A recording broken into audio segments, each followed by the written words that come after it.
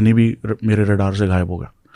तो आ गए गाइस आप लोग। तो भाई बादशाह जैसा दोगला इंसान मैंने आज तक नहीं देखा। बादशाह का एक इंटरव्यू आया है, पॉडकास्ट आया है, तो बादशाह खुद की बातों में कैसे फंस गया है। बादशाह ने बहुत बड़े बड़े ब्लेम लगाए हनी सिंह पाजी के ऊपर, इतने बड़े ब्लेम लगाए कि भाई आप सोच भी नहीं सकते। तो बादशाह ने जो बातें बोली है उन बातों को बादशाह को हम एक्सपोज करेंगे। बादशाह किस तरह से झूठ बोल रहे हैं, उनके झूठ बोलने का रीजन क्या है, उन सब पर हम बात करेंगे उनकी एक छोटी छोटी क्लिप के साथ। लेकिन पहले उसके पहले आपको उनको छोटी छोटी क्लिप देखनी पड़ेगी। बादशाह के पहले छोटी सी क्लिप आप देखिए। So we did a podcast with Honey Baji. And मैं जब था तो मैं हनी और मैं हनी भाई हम दोनों ही थे प्राइमरीली, तभी वो रफ्तार, इक्का और गोलू से मिले। तो जब तक हम माफिया मुंडीर में थे हम एक दूसरे से नहीं मिले थे। हाँ, तो मतलब हमें मिलने ही नहीं दिया गया कभी। मुझे नहीं पता क्यों नहीं मिलने दिया गया। हमें मिलने ही नहीं दिया गया कभी। मुझे नहीं पता क्यों नहीं मिलने दिया गया। पहली बात तो ये कि बादशाह हनी पाजी को पहले हनी पाजी बोलता था, लेकिन अब हनी हनी करके बुला रहा है। चलो ठीक है यार, आपकी पर्सनल इशू है, आप हनी बोलो या फिर हनी पाजी बोलो, चलो आपकी बात है, कुछ भी बोलो। लेकिन ये बंदा फिर बोल रहा है कि जब हम माफिया मुंडीर में थे, तो माफिया मुंडीर में जब थे हम, तो भाई हमको आपस में मिलने नहीं दिया गया। इसका कहने का मतलब है लिल, गोलू, रफ्तार, इक्का और मुझे हनी पाजी ने यहाँ पर मिलने नहीं दिया। अब क्यों नहीं मिलने दिया ये मुझे नहीं पता, लेकिन ये सीधा सीधा हनी पाजी पर ब्लेम लगा रहा है। भाई हनी सिंह पाजी तुम्हारे 24 घंटे गले के घंटे की तरह तो घूमते नहीं थे। तुम बाद में भी मिल सकते हो, बाहर भी मिल सकते हो। जरूरी थोड़ी स्टूडियो में ही हो सब कुछ चीजें, तो बाहर भी तो हो सकती है। इनडायरेक्टली भी मिल सकते हो, किसी और के थ्रू भी मिल सकते हो। तुमको ये तो पता था कि माफिया मुंडीर ग्रुप में ये लोग हैं, हनी पाजी ने आप लोगों को बता रखा था, तो आप मिल सकते थे। आप क्यों नहीं मिले? हनी पाजी ने तो रोका नहीं होगा, लेकिन ये बंदा सीधा सीधा ब्लेम लगा रहा है कि हमको मिलने नहीं दिया गया। मतलब कहने का मतलब साफ है कि हनी सिंह ने इनको मिलने नहीं दिया, सीधी सीधी सिंपल सी लैंग्वेज में। आगे इसकी एक और क्लिप है, वो भी देखिए। तो उससे गाने निकाले साथ में आप लोगों ने कुछ उस टाइम? गाने बस बनाए, रिलीज नहीं किए। क्यों?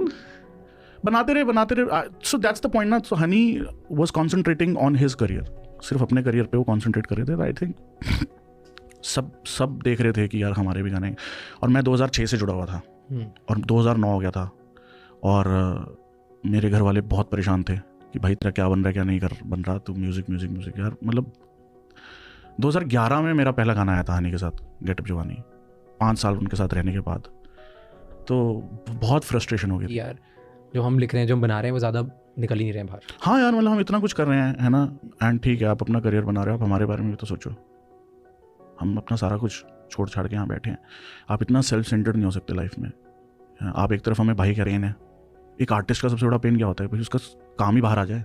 ट्रू, यही होता है। काम बाहर तो आए, बाद में क्या होगा देखी जाएगी। सुने तो सही दुनिया ने मैंने बनाया क्या है, वही नहीं हो रहा। और ऐसे ऐसे कॉन्ट्रैक्ट्स आगे बादशाह बोलते हैं भाई हमने बहुत सारे गाने बनाए लेकिन वो कभी रिलीज नहीं हुए। फिर बोलता है 2006 से 2011 तक इतने सारे गाने बनाए, कभी रिलीज नहीं हुए। तो भाई पहले ये बंदा कुछ और बातें बोलता था। पहले ये था कि क्रेडिट का रोना धोना था, भाई वहां पे क्रेडिट नहीं मिला, यहाँ पे क्रेडिट नहीं मिला। पहले गेटअप जवानी के क्रेडिट के बारे में बात करता था, कभी किस गाने के क्रेडिट के बारे में बात करता। लेकिन अब बोल रहा है कि भाई हमारे गाने रिलीज ही नहीं किए गए। भाई गाने रिलीज नहीं किए, अब ये कौन सा ब्लेम आ गया? अब इस बंदे ने एक नया ब्लेम स्टार्ट कर दिया है कि भाई गाने रिलीज नहीं किए गए, और पहले था क्रेडिट का रोना धोना। मतलब कि अब चेंजेस आ गया है, नया टॉपिक लेके आओ, क्योंकि लोग उस टॉपिक से बोर हो गए और ये खुद भी एक्सपोज हो गए। इनको पता है क्रेडिट के नाम पर हम खुद एक्सपोज हो गए हैं, तो हमें अब दूसरी चाल चलनी पड़ेगी। तो इन्होंने एक नई चाल चली हनी सिंह पाजी के खिलाफ, वो है अनरिलीज ट्रैक वाली के बहुत सारे गाने हमने बनाए, वो कभी रिलीज नहीं हुए, लोगों के सामने हमारा नाम नहीं आया, वगैरह वगैरह। आगे एक छोटी सी मतलब 2011 में मेरा पहला गाना आया था हनी के साथ,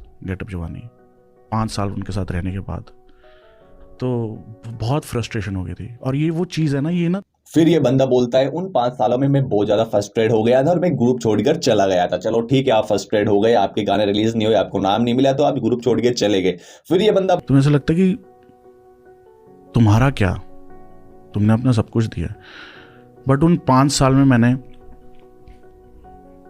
अपना होमवर्क किया। जो मैं होमवर्क कहता हूँ ना, उस 5 साल में मैं तैयार हुआ कि तो भाई अब ये बंदा ये भी बोल रहा है कि हम मेरा जो होमवर्क था, जो मेरा मेन काम था, मैंने वो 5 सालों में सीखा। मतलब साफ है, ये 2006 से 2011 तक हनी सिंह पाजी के साथ रहा, खुद बोल रहा है अपने मुंह से। और फिर खुद ये भी बोल रहा है कि वहां पे मैं फ्रस्ट्रेट हो गया, और फिर खुद ये भी बोल रहा है कि मैंने उन 5 सालों में मेरा काम सीखा, मैंने होमवर्क सीखा। मतलब एक बात बोल लो यार, क्या कहना चाहते हो? आप फ्रस्ट्रेट हो, आप काम सीख रहे हो, आप हनी सिंह के साथ हो, नहीं हो, क्या कहना चाह रहे हो? खुद की बातों में गोल मटोल बातें किए जा रहे हैं। मतलब कि मैंने काम भी सीखा, मैं अच्छे से, मैंने खुद के करियर पे फोकस भी किया, इसका कहने का मतलब ये है। और ये भी कह रहा है कि मुझे आगे मौका नहीं मिला, मेरे गाने रिलीज नहीं हुए, मैं फ्रस्ट्रेट हो गया इसलिए मैं लेफ्ट हो गया। तो मतलब कि घुमा फिरा कर इस तरह से बातें की गई हैं इस इंटरव्यू के अंदर कि लोग कंफ्यूज हो जा रहे हैं। लेकिन आप लोगों ने अगर बातों को नोटिस किया होगा तो बादशाह खुद की बातों में खुद ही फंस रहा है। आगे एक और छोटी सी क्लिप वो भी देखिए। कंसंट्रेटिंग ऑन हिज करियर, सिर्फ अपने करियर पे वो कंसंट्रेट कर रहे थे। आई थिंक बाहर हाँ यार, मतलब हम इतना कुछ कर रहे हैं, है ना,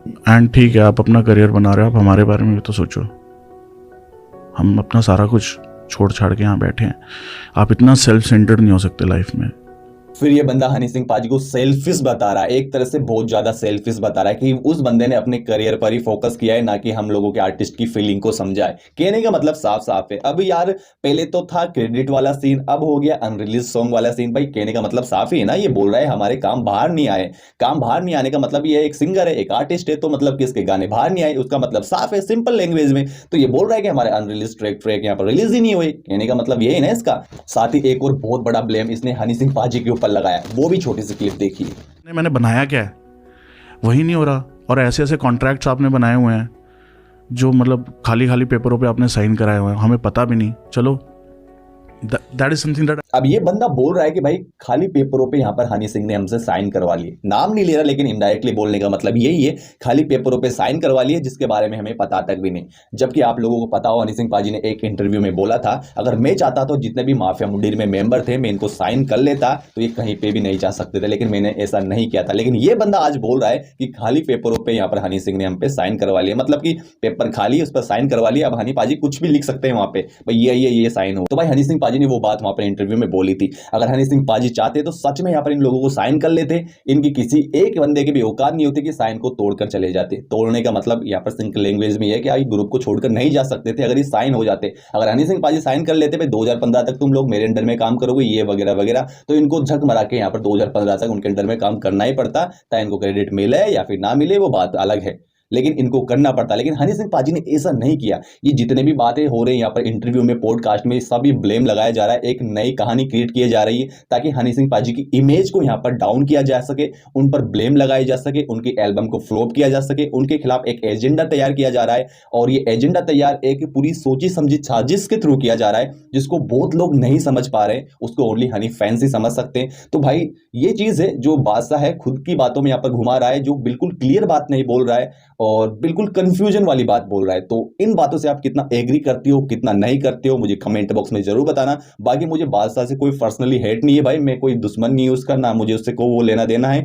हम गाने आते हैं तो सुन लेते, लेकिन बात है उसकी बातों की जो वो घुमा फिराकर कर रहा है, जिसका कोई तुक नहीं बन रहा है, कंफ्यूजन वाली बात कर रहा है, नए नए ब्लेम लगा रहा है। पहले क्रेडिट का रोना धोना करता था, अब इस बार उसने अनरिलीज ट्रैक का रोना धोना किया, यहाँ पर पेपर साइन का रोना धोना किया, यहाँ पर फ्रस्ट्रेशन का रोना धोना किया। तो भाई ये एक सोची समझी साजिश है जो एक हनी पाजी के खिलाफ की जा रही है, और आने वाले टाइम में इसको और बार ज्यादा जो है इंटरव्यू में बढ़ावा दिया जाएगा। तो गाइस इनके खिलाफ यहाँ पर मैं तो मुद्दा उठाना जरूरी है, हनी फैंस को, हनी चैनल्स को, हनी फैन पेज को। तो प्लीज इस पर ज्यादा से ज्यादा एक फैक्ट के साथ इनको जवाब दीजिए और एक्सपोज कीजिए कि क्या बात थी क्या नहीं थी। बाकी और भी एक्सपोज करेंगे फैक्ट के साथ नेक्स्ट वीडियो में इसी इंटरव्यू को। मिलते हैं, लव यू, जय हिंद एंड जय भारत।